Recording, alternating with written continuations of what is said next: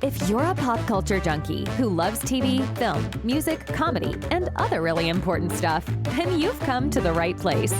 Get ready and settle in for Classic Conversations, the best pop culture interviews in the world. That's right, we circled the globe so you don't have to. If you're ready to be the king of the water cooler, then you're ready for Classic Conversations with your host, Jeff Dwoskin. All right, Jane, thank you so much for that amazing introduction. You get the show going each and every week, and this week was no exception. Welcome, everybody, to episode 182 of Classic Conversations. As always, I am your host, Jeff Dwoskin. Great to have you back for what's sure to be another classic conversation for the record books. This one's going to the dogs. Well, maybe not exactly going to the dogs. My guest today is 50s and 60s child star Jon Provost. That's right, Timmy from Lassie. Lassie was kind enough to save Jon from the well. We sat him down, dried him off first, and had an amazing conversation about his career. And that's coming up in just a few seconds. And in these few seconds, I want to remind you of the amazing conversation from last week, episode 180 with Rita Rudner, one of the funniest comedians in the world. Be sure to check out that goodness and the Crossing the Streams bonus episode. All this goodness awaits you. But we know why you're here. Right now, we're going to dive into the past with Jon Provost. We're talking Lassie and so much more. You're going to love it. Enjoy. All right, my next guest was one of the most famous child actors from the 50s and 60s, star of So Big, star of The Computer Wore Tennis Shoes. But his TV legendary status was locked in with the role of Timmy Martin on Lassie. Welcome to the show, Jon Provost. Whoa.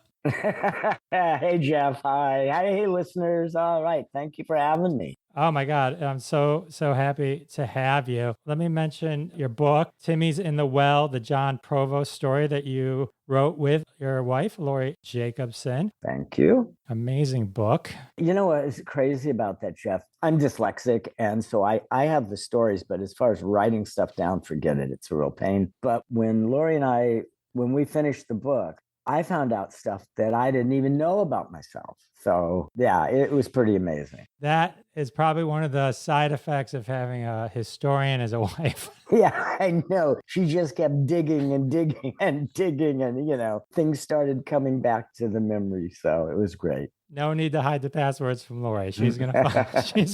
She's got them all. But I've got hers too.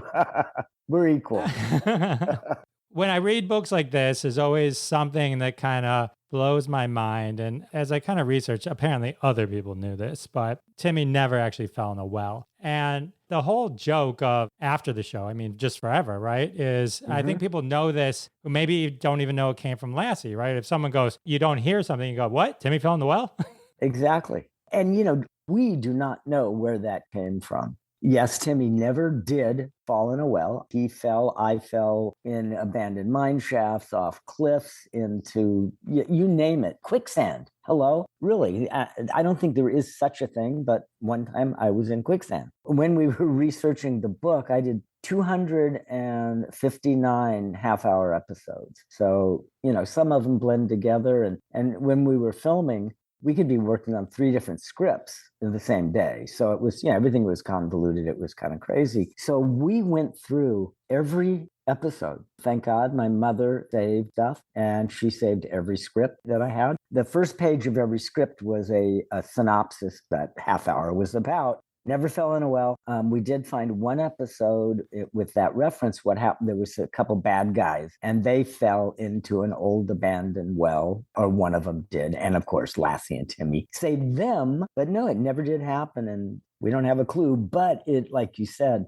everybody, even today, Colbert, Carson used to say it all the time, Letterman, everybody, once a week they would say that. So It's funny. You're right. You fell in lakes, between railroad cars, Badger Hole. Oh, well, some horrible places. Yeah, but we lived.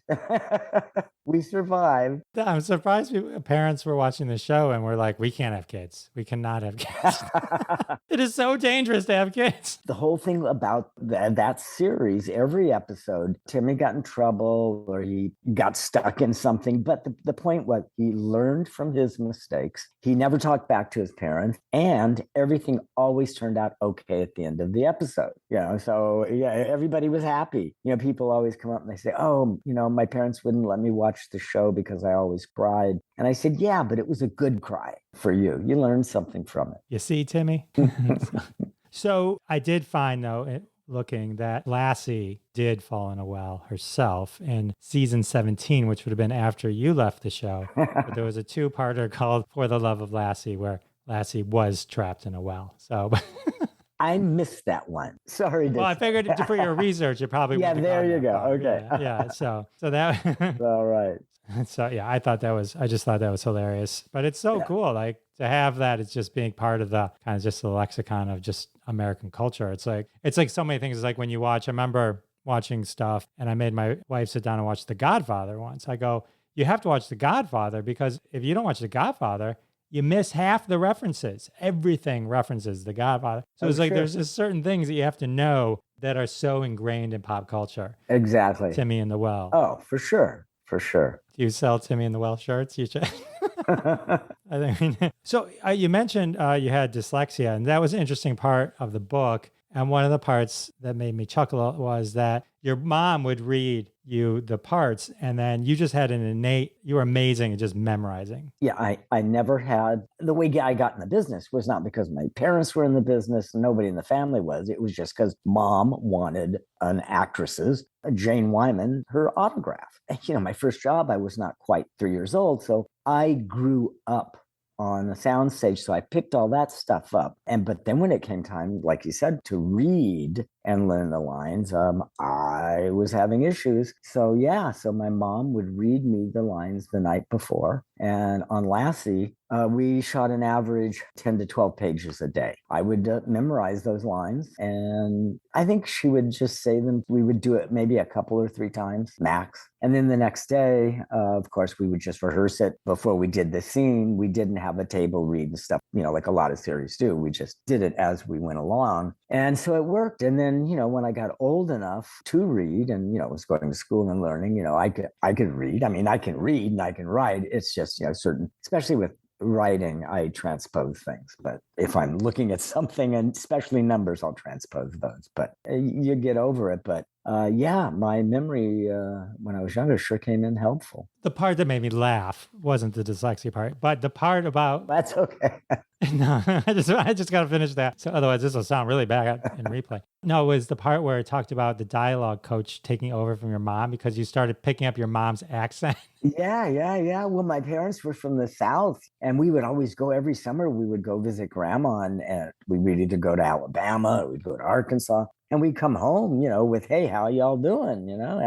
And so, I was picking up that accent from my mom, and they were going, well, wait a minute. No, Timmy doesn't have an accent. He's just this, little white boy from middle America or something. And so they had to hire a coach, and so I learned. I think maybe mom cleaned up the accent a little bit. I think she probably learned from that also.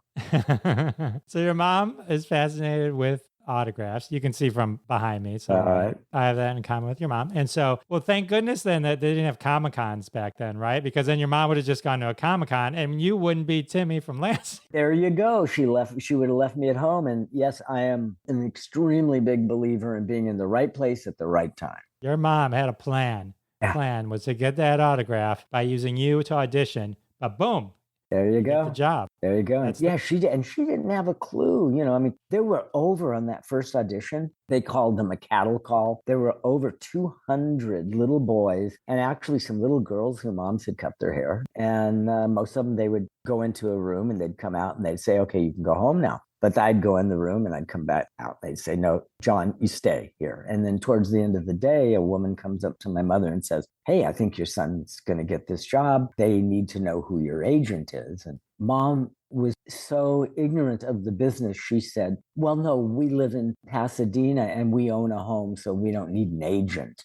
She had not a clue what the woman was talking about. She goes, no, a theatrical agent. And Mom says, well, oh my gosh, I don't know. And she says, well, this woman says, well, my name is Lola Moore and I'm the #1 child agent in Hollywood and I can represent your son. Mom says, well, okay, but does it cost anything? And she said, no, I just take 10% of whatever your son makes. And Mom said, great. And then she says, well, when do I get the autograph? She finally got her autograph and I got a job and an agent. That started the whole thing. Yeah, Lola seemed to be cleaning up with the kid actors. Oh, yeah, she sure was, and she didn't rock the boat. She just played things straight and narrow, so she wasn't the best agent for the client. I think she was more for the studios, but that's the way it was back then. Yeah, but she recognized an untapped market. Oh, yeah.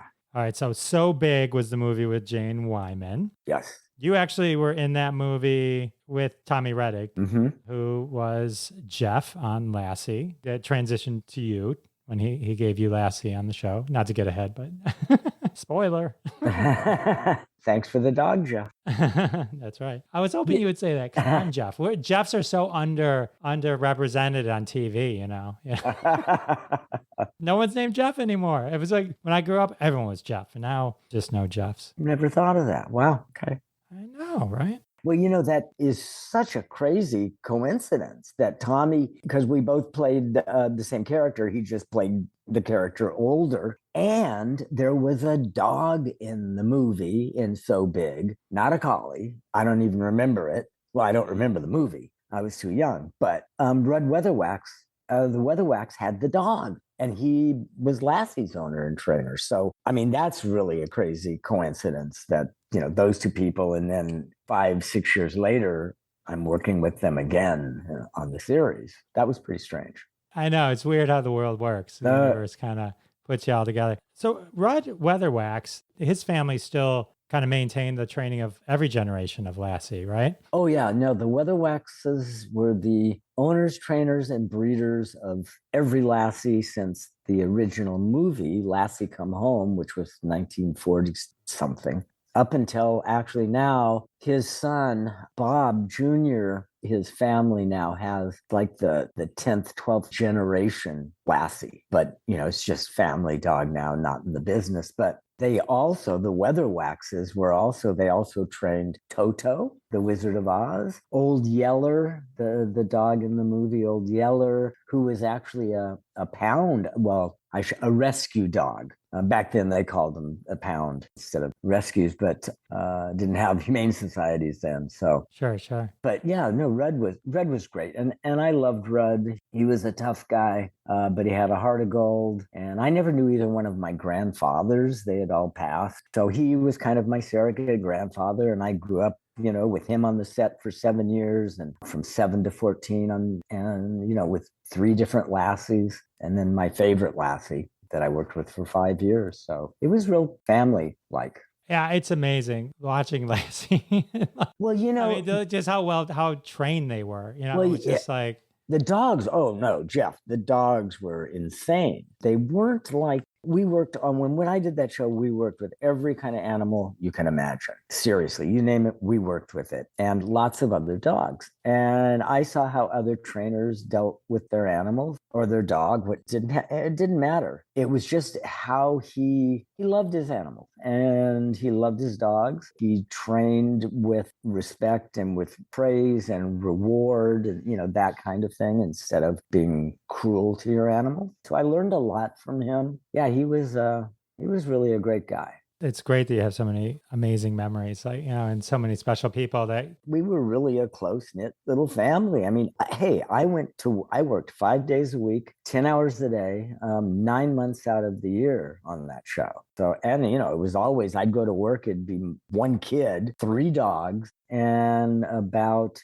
35 adults, and just a couple women. It was all men, all older guys, all sitting around smoking, and that's how it was. There's some great, you see some of the great pictures. It was a different thing. Sorry to interrupt this amazing conversation, but I want to take a quick moment and thank you for your support of the sponsors. When you support the sponsors, you're supporting us here at Classic Conversations, and that's how we keep the lights on. And now back to my amazing conversation with Jon Provost. We're about to dive into his next movie and the path to Lassie. Different times. So, all right, so cool. So then you became an RKO contract player after Country Girl. Oh, you were a Country Girl with Grace Kelly and Bing Crosby. Yes, the second movie. Yeah. Which then again, I was so young, I don't remember. The third movie, which was, I believe that was All Mine to Give, and then Back from Eternity, and Escapade in Japan, all those I remember, especially like Escapade in Japan. That was RKO again, actually their last movie. The first American movie filmed in Japan, just about 11 years after the war. And, that wasn't good for the Japanese. And so we didn't know how we were going to be accepted, all these people coming over from Hollywood. It was insane. It was incredible. They loved us. My mother and I are very small, very, very blonde. And the Japanese were small and very, very dark hair. And anytime we were out in public, the people would just come over and want to touch our hair, and just, it was incredible. And spent 3.5 months there when I was 6. While I was in Japan, they were looking for a replacement for Jeff's part, not you, Tommy Reddick. Tommy Reddick's part. The host of Classic Conversations will now be. Hey, I had to bring it around. Evidently, they couldn't find the right kid. The wife of the movie was having lunch with the wife of the guy that produced Lassie, and came up that, wow, it sounds like the kid you want is in Japan. And so what happened was, when I got back from Japan, went and met with the producers and the directors of Lassie, and they said, great. Well, they knew I could act because they'd seen my stuff, so that wasn't the issue. Issue was how me and the dog would react. And so I actually went and lived with Rudd Weatherwax and Lassie for like a long weekend, for like 3 days. He had a ranch about 60 miles outside of LA. Came back and met with the people, and we walked in the office, and Lassie gave me 2 paws up, and I got the job. And I loved that dog, and I thought they loved me. And you can see that. We couldn't fake that. And that's what they were looking for. And that's why they put us together like that. It worked out great. Was that the original Lassie, Pal, at that time? Actually, Pal didn't do any TV. Pal only did movies. And then actually, you'll be interested in this, which I only found out, maybe 20 years ago, that there was actually a Lassie radio show before they started doing television. And Rudd Weatherwax was in the broadcast booth, as was Lassie, and they would tell a story. And whenever Lassie had to bark, he would have Lassie bark. I mean, that was, I never knew. And it was an old time radio program show that I was at, and I actually got some copies of those. But so Pal didn't do any movies. He didn't do TV, did the movies, radio. Then his son worked with Tommy in Tommy's 3 years on Lassie, but he was old. He was ready to retire. So I worked with him, Pal's son, for about 6 months. And then Pal's grandson, great-grandson, and great-great-grandson. All male. Was Lassie a male in the book? Oh, no. Lassie was supposed to... Oh, I'm sorry. No, was Lassie a female in the book, but they used a male? Correct. No, Lassie. Lassie, look, our dogs were the oldest cross-dressers in Hollywood. Every Lassie has been a male, but Lassie is a female. Every year on our series, Lassie would have puppies. So he got this male dog laying down there in the barn, and they would stick about a half a dozen puppies in his belly, and they'd have to get that shot really quick, and then we moved on. But yeah, no, all males. And the reasoning for that, Rudd Weatherwax told me, well, in the animal kingdom, usually the males are bigger and more colorful. So that was one reason. Secondly, he said that the males were smarter. And thirdly, he said the males were easier to train than the females. The real reason was when the females are smaller, but when they would come into heat, they would lose their coat and they wouldn't want to work. Well, we're making movies here, we don't have time for that. So that's why they always use males. Got it. So why didn't they just make Lassie a male on the show? Well, the original book, Lassie. They could have taken some. Well, but see, then the series would have to have been called Pal or Laddie. Oh, that's right. Because Laddie. Yeah, It would have to be yeah, called because Laddie Lassie's instead okay. of Lassie, Laddie. Yeah, that would have been it. Okay, yes. Yeah, you're because right. the Irish Lassie's a girl. See, Yeah, you're right. This is way above my pay grade.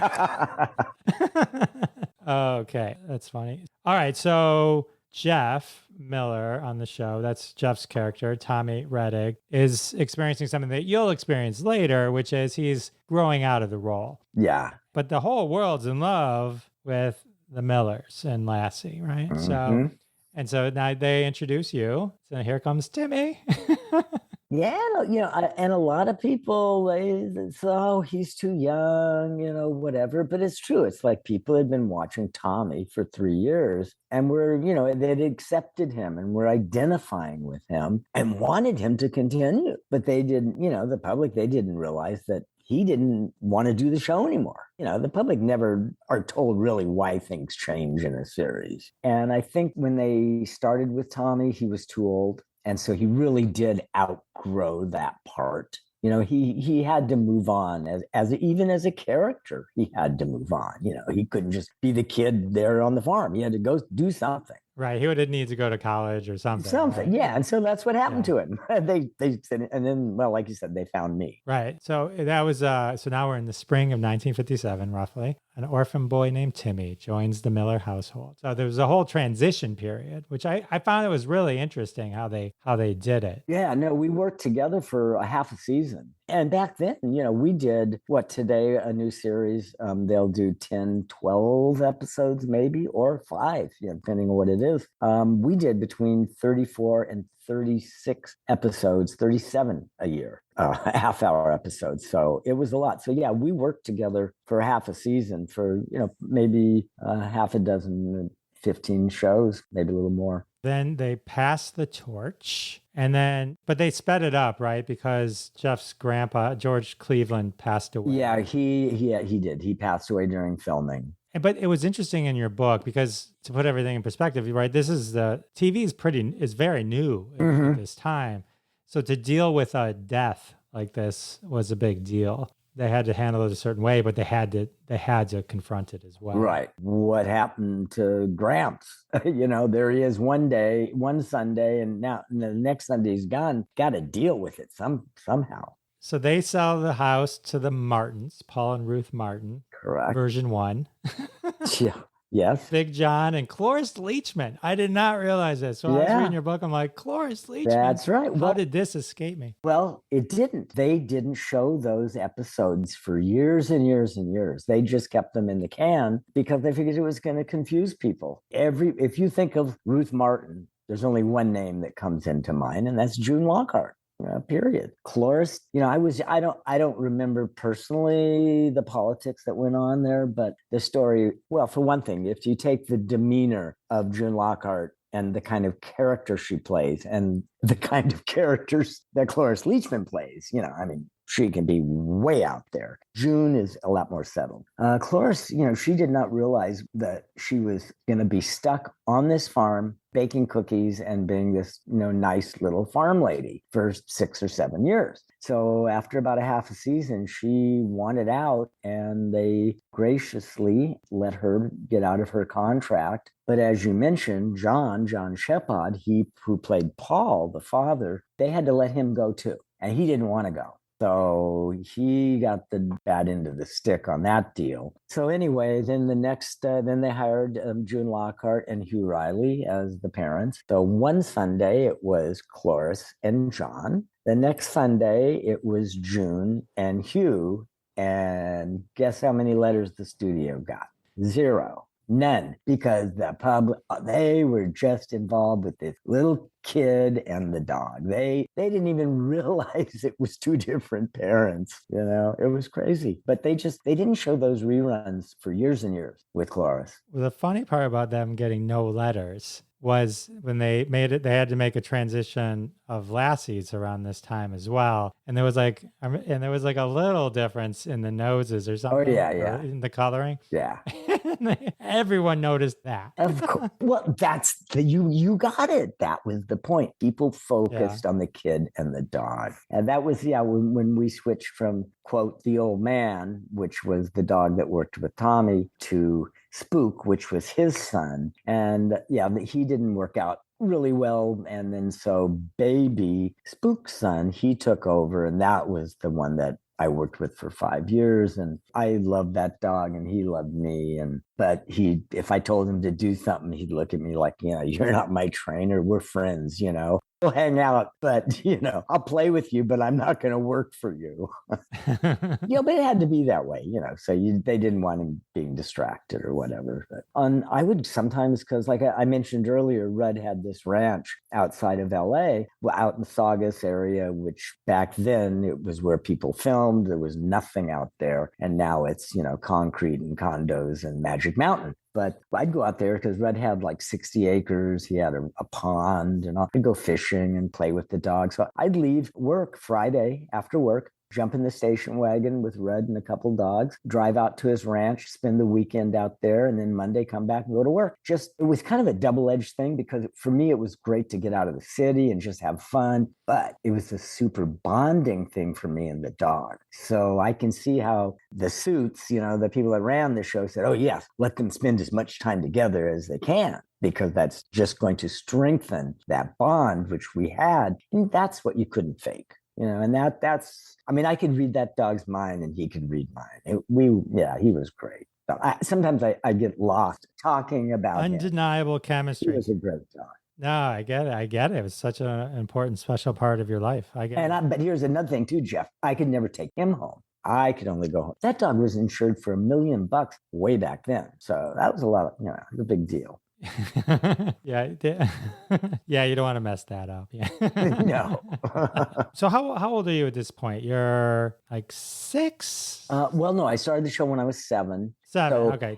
So I got baby when I was 9, because I worked with him for 5 years. So what was it like going on like the Jack Benny show and being in the Rose Bowl parade and doing all these things? Do you remember that? I mean, that must have been. Oh yeah, but to me, because like I said earlier, I started when I was 2.5. I grew up on that sound. So when I would meet people like Jack Benny or Bob Hope or somebody really big, to me they were just people like myself. They were actors. They were doing their job. Yeah, there were some people like I admired, and I was like, whoa, well, there's Dan Blocker. There's Hoth. Oh, wow, from Bonanza. Oh man, that guy's really cool. But he's sitting there in the commissary having lunch like me. And he's wearing his cowboy outfit, and I'm wearing my Timmy outfit. We're just doing what we do. It's just what I did, So it was exciting. It was always neat to, like you mentioned, all the parades, like the Hollywood Lane Parade and stuff. Because then I'd get to kind of link up with other kids in the business that we may not have hung around together, but we would see each other at events, and we all knew each other, and we all had the same experiences under our belts, so we could really relate to each other. And some I am friends with today. Unfortunately, I just lost a really, really good friend, Tony Dow. So yeah, those things were great, but it was, it wasn't like, oh boy, I'm going to the parade today. It was like, oh, I got another parade to go to. Cool. Well, that'll be fun, and I'll get to see so-and-so. It was what I did. It wasn't boring at any means. It was just routine. I guess that might be a good way to put it. Yeah, very sorry about Tony. I actually had just talked with Stu Showstack, and Tony was his best man at his wedding. Yeah. And so I'd been following all of them, and when he started posting when he was fighting the good fight, and all that kind of stuff. And it's unfortunate because Tony was a little bit older than I. But, all of us, all of this group, this 50s, 60s, early 70s, that group, especially the early ones, the beginning, like you mentioned, television was in its infancy. Yeah, there were 3 networks, 3 channels, maybe 4 if you were in New York or LA or someplace. So it was, it was a whole nother thing, but it's unfortunate because a lot of us were getting up there, and, it's just life. Time is a bitch. It sure is. And you can't stop it. You can't turn it back and all that. Sorry to interrupt this amazing conversation with Jon Provost, but we got to take a quick break. And we're back with Jon Provost, about to dive into what it's like to have the majority of America watching you every week. And we're back. All right, so Jon, so 40% of America is watching Lassie, right? So like you said, there's 3 channels, so it's much more focused at that time than it is today, where you might get. So 40%. So you're going to school in between seasons and stuff like that. So what is it like just even walking anywhere as young Jon Provost, walking to a supermarket, to school? No, I was Timmy when Lassie was on because it was current. So every Sunday at 7:30 CBS, like you said, a third of the people were sitting down watching it. And so how about Saturday afternoon when that kid was going to watch Lassie on Sunday, is going to the matinee to see a Disney cartoon, and in walks Jon Provost with a couple of his friends to watch the movie and just be a kid. And they look at you and they go, wait a minute, what are you doing here? You're not supposed to be here. You're supposed to be in a farm, and I'm going to see you on TV tomorrow. And what are you doing in color? Yeah. And how come you? The show is in black and white. And how come you? And what are you doing in the city? Right. Yeah. So and when parents would go out to dinner, I don't know. I think people were a little bit more reserved back then than they are today. They wouldn't just come up to you and while we're putting a bite into your mouth and say, "Hey, can I have your autograph?" That happens. But back then it wasn't quite that bad. And of course we didn't have the paparazzi and all that kind of craziness. But no, it could be invasive, And yeah, people thought of me as Timmy, not as Jon. And they always thought of me as the little kid, even though I was older. That's what happened to Tommy. Same thing. Everybody thought of him as this little kid on the farm, Jeff. And he's going, no, I'm not Jeff. I'm growing a beard. I can grow hair now. You know what I'm saying? Yeah, people would always, even today, people call me Timmy, But it's okay. It's all right. There was that time when I rebelled, and it was when I went to college, and this was like 69, 70, 71. And, I had long hair, the hippie. I mean, people would come up to me and say, Jon Provost, that name sounds familiar. Were you that? People confuse me with him all the time, and I would deny it. And then I just said, you know what? It doesn't work. And you know what? It doesn't really matter because they have good feelings about it. Nobody's ever come up to me, Jeff, and said, we hated Lassie. Never happened. They would have to be institutionalized if that was true. How would you hate Lassie? But it could have been different. So now, no, it's great. But so in addition to that 40% people watching, here's some trivia I found, which I thought was interesting. I think Lassie to this day is one of the longest running shows, at least in the top 5 probably of all time in its many iterations. But it was the first long running television show to remain in its time slot and day of the week during its entire primetime run on US TV. Whoa. Primetime, because I think the last 3 years it was in a syndicated show. But wow, okay. So that helps too. Oh yeah, right? I mean, when it doesn't. This day, this time. Don't you hate that? You love a show and then they switch it from one night to a different time or whatever. Oh yeah. But I did not know that. That's good. I know. Well, we're here together, and you can tell Laurie. You can put it in the next version of the book. Okay, there you go. Wait, did I read that in your book they pulled your teeth? Oh, that must have been a nightmare. They wouldn't be allowed to do that today. I don't. Yeah, it was I was losing one of my front teeth, upper fronts, middle. They were going to make a bridge because for continuity, that was one reason Timmy always wore the same shirt. Always wore the check shirt, jeans, tennis shoes. Because, like I said earlier, sometimes we could be filming 3 different scripts in one day. Well, that would be a nightmare for the costume person. So they always had Timmy wear the same clothes, continuity, no big problem. Well, they couldn't have Timmy lose his teeth. So they were going to, one tooth came out and they were going to make a bridge. Well, I guess the dentist told him, well, he's going to lose that other one eventually. Then you're going to have to make another bridge when put 2 teeth. So it might be easier just to do the 2 right now. Yeah, it wasn't. And it's really funny because we were down south recently and we were driving down my old haunts and we drove by the building and I pointed out to Laurie, I said, Laurie, see that building? I said, that's where the dentist was. I remember that. I mean, till today. listen to that. That's crazy. I probably could go to the floor in the office where that guy was, because I just went in, I had not a clue. And then, and they numbed me up. And the next thing I know, he's like got a hammer and chisel and he's knocking this tooth. And I'm, whoa. So yes. So then I had a bridge for my 2 front teeth. Well, there's something positive that comes out of this. We filmed at Desilu, which was right next door to Paramount. Desilu's commissary wasn't as good as Paramount. So some days we'd go over to Paramount to have lunch. So we're over there having lunch, and Bob Hope is there making a movie. And I'm like, 10 years old. And so somebody goes, oh, photo op. So they grab me and they take me in where Bob's having lunch, and he's in costume and I'm in costume. And they put me on his lap. And they're going to do a picture, and Bob looks at me and he goes, this is Bob Hope, right? Right. Yeah. And he looks at me and says, okay, kid, make me laugh. And, yeah, thank you. And I just, how do I'm not and I remembered I had my false teeth. And so I popped my false teeth out, stuck them out on my tongue. And of course, he just cracked up. They got a great photo. And the fun part was I have that photo. I have it up on the wall here. It's real big. It must have been about 20, 30 years ago. I was able to get him to sign it. And finally, I got it signed. Big. Yeah, so I made Bob Hope laugh. So that was the only good thing that came out of that horrible dental experience that I had. All right. Well, sometimes it's worth it. Yeah, you never. No, it wasn't. Yeah. I don't know. No, I know you. It's you made lemonade. All right. Yeah.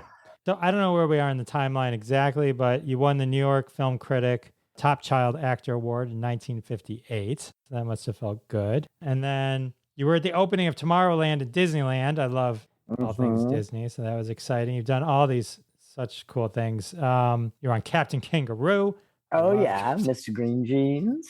Oh, yeah, that's what I was going to ask. Did you know Mr. Green Jeans? They were all there.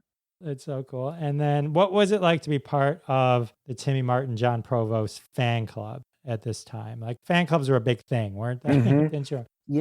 I was just really focused either working or just trying to be a kid. It's crazy to say about the fan club thing. At first, the letters all would go to the studio. And so like once a week, they would, deliver to my mother, to the house or something, a couple of those like, what do they call them? Like duffel bags or something full of letters. And so Mom finally, I think she told them, she said, look, she goes, why don't we'll just have them delivered to our house. So now there's this huge fan club. And Mom is giving them our home address. So thousands and thousands of people have our home address and they're writing to us, right, at home. Well, I guess some people figure, look, wait, this isn't a studio. This is a regular. Well, now they're showing up at the house. And I mean, it was crazy. Did you move? No, I mean, but it was like nothing weird ever happened. It was just a different time. I mean, you couldn't, if you did that today, forget it. It was just no way. And every thing was answered. Every piece of fan mail was answered, by not by me, but by the Provost family or somebody there helping. And it was crazy. It was crazy. It was a big deal. But I don't know what to say. Speaking of big deals, you met the Lone Ranger and Silver. Oh boy, he did one episode of Lassie, and what a thing that was. Clayton Moore was the Lone Ranger. I mean, he believed in, he believed in the character. And so when he was on Lassie, he would never let me see him out of character. So like I said earlier, when actors and people, they to me were just like me because I would, see them, like I said, eating lunch with us or be in the makeup chair next to me, getting made up. June Lockhart coming to work in the morning looking like she just got out of bed because she did. And then she went and sat in the makeup chair for 3 hours. Okay. So, that's what you saw. But I never saw him as a regular person. He was always the Lone Ranger. And on the last day of filming, he was getting ready to leave and he called me over and he said, John, he goes, you've been a good kid. He goes, I want to give you something. And he reached into his holster and he pulled out and he gave me a silver bullet. Damn. And I don't know. I didn't save stuff from the series or whatever. So I gave that silver bullet away. I gave it to a friend, for a present or something, or some friend said, wow, that's really cool. Can I have that? And I said, sure, whatever. And I've told that story before. And I told it at an autograph show years ago. And a few years back, a fan who had a silver bullet from the Lone Ranger gave me his.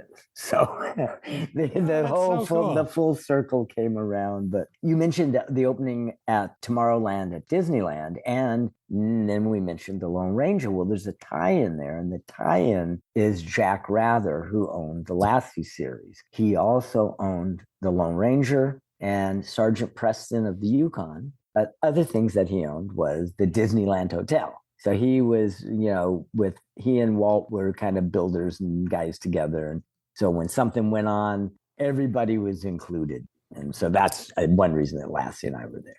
All right. So now you're growing older, you're hitting puberty. Yeah. You're starting to realize what Tommy, as Jeff was feeling. There you go.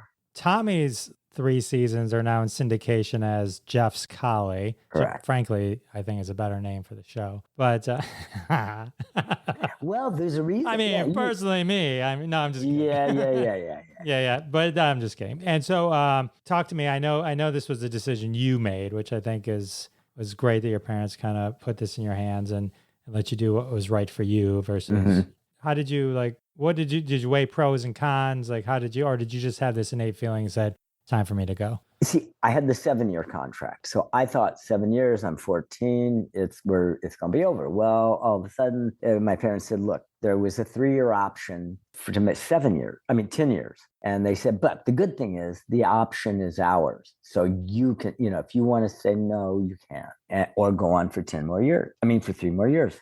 I was exactly going through what Tommy went through. And I said, no, I love acting. I enjoy all that, but I'm tired of being Timmy. I'm 14. I'm more interested in girls than I am in dogs. So it's time to go. And so my parents said, do that. Now, there was a lot of stuff to think about.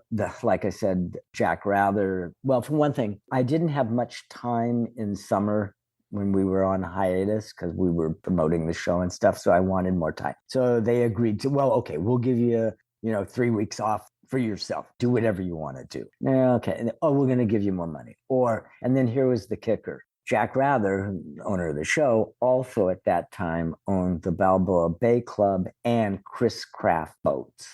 Okay. They make big boats, nice boats. And so he said, well, John, you liked being out on my boat. How'd you like a yacht? Excuse me, I'm 14 years old and you want to give me a 50-foot boat? No. No. And so I just told my parents, no. But I do want to act. So I quit Lassie. They shipped us off to Australia, got rid of the family. And then Lassie went off to the Forest Ranger, which I think was a big mistake. I think they should have left Lassie with another family like Jeff did with me. Jeff, you made a mistake. You should have given. No, I'm kidding.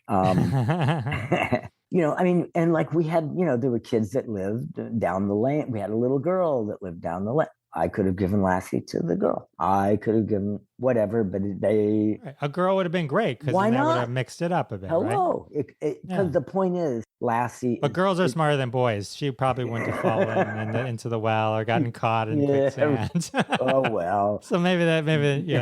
But so I think they made a mistake there. But like you said, Lassie went on in its different configurations to be one of the longest running series that there has been. So. Oh, I was going to say the fascinating thing in your book, though, before you go into the next thing, is that when you pick Australia, they purposely picked a place where legally you could not bring a Lassie, a dog. Mm-hmm. And I found that fascinating that they would do that because you're right, the public would mentally probably put up barriers to you and probably. Oh, yeah. So no, that was, but the crazy thing is that is still in effect today in Australia. Yeah, if you want to bring, they heavily quarantined. A lot of places are like Hawaii, the same thing. You have to really quarantine. And, it makes a lot of sense. But they picked a good one on that. And who would have thought? I mean, Lord. Did you ever regret it, walking away? No, not from Lassie. I did not. It was the time. It was the decision. Yes. No, that was, and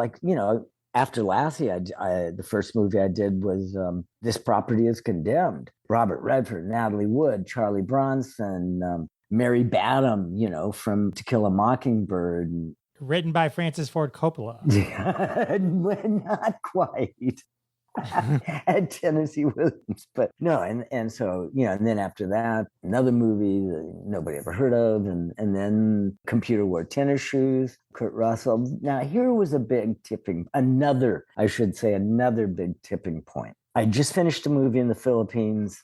It was great. I had three months there, 17 years old. Was with the actor Gary Merrill. It was his last movie. We had a lot of fun. Terrible movie, but a lot of fun. And then came home and then got the Disney movie, Computer Wore Tennis Shoes. Well, Kurt and I both had our birthdays. He turned 17, I turned 18. Well, we were filming and we were hanging out doing something. And I said, man, I just turned 18. I've been working 15 years. And he said, why don't you take a break? And I thought about it. And my girlfriend at the time from high school, she was pushing me in that direction also. And I said, okay, yeah, maybe I'm going to do that. And then on the family side, my father, I'm the youngest of three, but my father said, all my kids go to college. And when you go to college, you don't stay home. So I made a decision then, okay, I'm going to go to school and I'm going to get out of the business. There was no way you could do both. So that was when I really wrote The Pink Slip to get out of Hollywood. I ended up moving to Northern California. And of course, doing talk shows and all of that kind of stuff in between, but never really, getting back in the business. And then it was like 1988, kind of heard through the grapevine that there was down at Universal, they were thinking of doing this new Lassie series. So found out who was producing it, decided to give Al Burton, the producer, a call. Called him and said, hey, here you're going to do a new Lassie thing. First thing he says to me on the phone, you're going to love this. He goes, I don't want to use anybody from the old show. I said, okay, great. I said, but besides, what about, behind the scene, the consultant, something like that? And he goes, oh, well, that could be good. So I said, okay. So I went down to Universal. We met, we had lunch. And as we're doing it, he goes, well, maybe there is a place for you in this series. And so then long story short, I'm in the new series. I'm not Timmy Martin anymore. I'm this other guy. And then Uncle Steve, not just any guy, you're Uncle Steve. It was, it made no sense. They could, whatever. So then obviously everybody knows, well, wait a minute, that's the guy that you. So then the next, I am Timmy, I'm grown up, but I changed my name, blah, blah, blah. The first season was kind of crazy. The second season was really good because Bob Weatherwax, who had the 8th generation, I believe it was, Lassie at that time, maybe the 6th. We both went to Alan's, to the producer, and said, you're just not doing this the way Lassie is. And he said, okay, well, why don't you guys, Bob directed a couple. He said, and why don't you write a story? So I came up with a storyline, which was accepted. We did the episode, and it was called A Rabbit's Tale. It was about using rabbits in cosmetic testing. And that episode won for that year the best family episode about animals and being treated properly by the Genesis Foundation. Yeah, the Genesis Award for Outstanding Television in a Family Series. Yeah, so that was super. But also, Tommy Reddick was in it. Jeff, Grown up Jeff Miller. There you Not go. Just grown up Jeff Miller. Yeah, that's right. Yes, and also June Lockhart was in it. And one person who I had never met, but who was in the original movie Lassie Come Home with Elizabeth Taylor, Roddy McDowell. Absolutely one of my favorites. Oh my God. And what, I had never, and there's a man that now you asked earlier, was I admired by these people? Well, as a child, no. But as an adult, oh boy, when I met Roddy McDowell, come on. And what an incredible, nice, sweet, what a great man. And Margaret O'Brien, she did one of the episodes, so it was great. And the second season was really changing and looking good, but unfortunately, it wasn't picked up, for a third or whatever. But got to work with Dee Wallace, Christopher Stone. Oh yeah, no, Dee Wallace. We had a great cast. Well, and we had this. I had a recurring. I was a recurring character, so every other episode. And in one episode, they had Will Nipper, who played my nephew. He, one of his friends on the show was this kid. He's just starting out, Leo DiCaprio. Ever heard of him? Yeah. Oh yeah, I don't think he went anywhere, but yeah, No, I think he no, did. no, yeah. So he got his debut on the new Lassie show, but unfortunately, I didn't get to meet him. But yeah, and then Will, you mentioned Dee Wallace, of course, and Christopher Stone, her husband who passed away. But Will, who became Will Estes, went on to True Bloods and is still there, and so he had an incredible career. Yeah, we had a lot of fun on that show. It's just too bad it didn't last. When you kind of skipped ahead and you just skipped totally over meeting Mr. Ed and working with Oh Mr. Ed. yeah, well, You skipped oh meeting Mr. Ed. man, How does this happen? yeah. Well, okay, yeah. When I left last, I get you worked with Lassie, so most people's lead might be Mr. Ed if that's all they did. But so I get it. But well, here's the thing. No, I worked with the smartest dog, and then that wasn't enough. I had to leave, and then I worked with the smartest horse there was, and he was great, and Alan Young was super. And the director of that show was Arthur Lubin, who was the director of the movie Escapade in Japan that I did, before I got the show for Lassie. Yeah, unfortunately, and I have to burst everybody's bubble. Mr. Ed didn't really talk. what? I'm sorry. I'm really sorry, but that's Hollywood. You got to throw out spoiler before you say something like that, John. I'm sorry. That's Hollywood. Well, Lassie did eventually find another collie in the series towards the end, and they had outlitter together. So. Yeah. I've kept you forever. So I have one last quick question. Okay, cool. Well, first of all, I do want to mention that your outfit is in the Smithsonian with Archie Bunker's chair and Fonzie's jacket. And that was incredible. And then you mentioned in your book that you saw the Beatles live. Oh, twice. Oh yeah, you couldn't hear them. Oh, rub it in my face twice. Well, the first time was at Dodger Stadium, and you couldn't hear anything. It was like absurd. But the second time was at the Bowl, the Hollywood Bowl, which was designed for music, not it wasn't a ballpark. Right. And so you could hear something then. But, Lord, those concerts lasted a half hour and that was it. Or the main performance, the Beatles, because, you did one album, it was a half hour. Not like a concert you go to today, 3 hours long. I was really lucky growing up in LA at that time to see a lot of, the Doors, Jimi Hendrix, you can name it, people live in small venues. I was really lucky with that. But yeah, the Beatles twice. And then, of course, we've seen, Paul and Ringo and, That's awesome. John, this has been like the most amazing time. Thank you. So many great stories. It just goes on. It goes on. We got a call a few months back. Laurie gets a call from this producer. He says, we would like to know if Jon would like to be the voice of a robot in a science fiction movie that we're doing. Okay, why not? So I am the voice of the robot Spark, who is, the movie is called Colonials. And it's a science fiction movie, my very first science fiction. And you remember the movie Castaway with Tom Hanks and Wilson, his friend. Sure. Yeah. Volleyball. Well, Spark is like a Wilson. He's a floating kind of oblong round robot, which is basically, he's just a face with eyes and he talks. He's a good robot, but he can be a little violent once in a while too. So I'm kind of living out some of my fantasies, but it's amazing. It just goes on and on, Jeff. That's incredible. And then you do all the fan shows, right? Oh yeah. As a matter of fact, we're going to be doing a couple. I've got some stuff lined up this year on the East Coast, on the West Coast. Hopefully everywhere in between. You got to come to the Detroit Motor City Comic Con. Hey, there you go. Years ago. So maybe it's time to come back. It's time to come back. All right. We'll let you know. Awesome. So many great stories. I love talking to you. Thank you so much. All right. Thanks. So what do we got? We got JonProvost.com. We got your book, Timmy's in the Well, the Jon Provost Story, available wherever books are sold, there Amazon, etc. Do you hang out on social media at all, other than? Not a whole bunch. I do have a Facebook page. Yeah, that's pretty much it. Cool. All right. Well, thank you.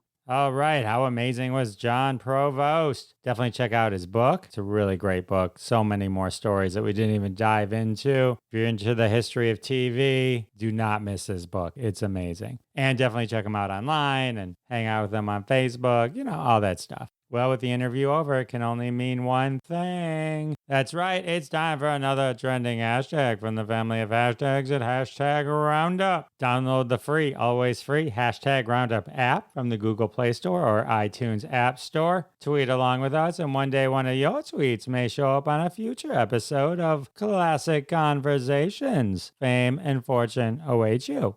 This episode's hashtag is hashtag Why Dogs Are Better Than Humans. Brought to us by Wonder Tags, a weekly game on hashtag Roundup. Hashtag Why Dogs Are Better Than Humans? Well, if you've got an answer, definitely tweet it and tag us at Jeff Dwoskin Show on Twitter. We'll show you some Twitter love. Obviously, this hashtag was picked due to an inspiration from the theme of the show, Lassie. Anyone better than Lassie? I don't think so. How many times did he save Timmy? I know. She's amazing. All right, let's dive into hashtag Why Dogs Are Better Than Humans.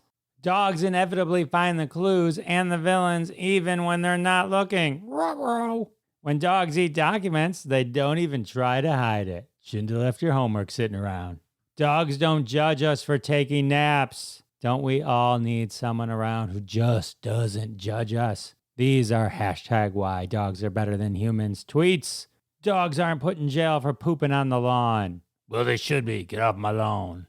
Dogs are always in the mood to snuggle. 2 words you can always count on from a dog: unconditional love. They're always smiling. But the most important reason, hashtag Why Dogs Are Better Than Humans, dogs don't care how many things we've ordered from Amazon. Oh, yes. Oh. That is why hashtag Why Dogs Are Better Than Humans. All right, all these folks are retweeted at Jeff Dwoskin Show. Show them some Twitter love. Tweet your own. But with the hashtag over and the interview over, sadly, that only can mean one thing. Oh my goodness, episode 182 has come to a close. I want to thank my special guest, Jon Provost, and I want to thank all of you for coming back week after week. It means the world to me, and I'll see you next time.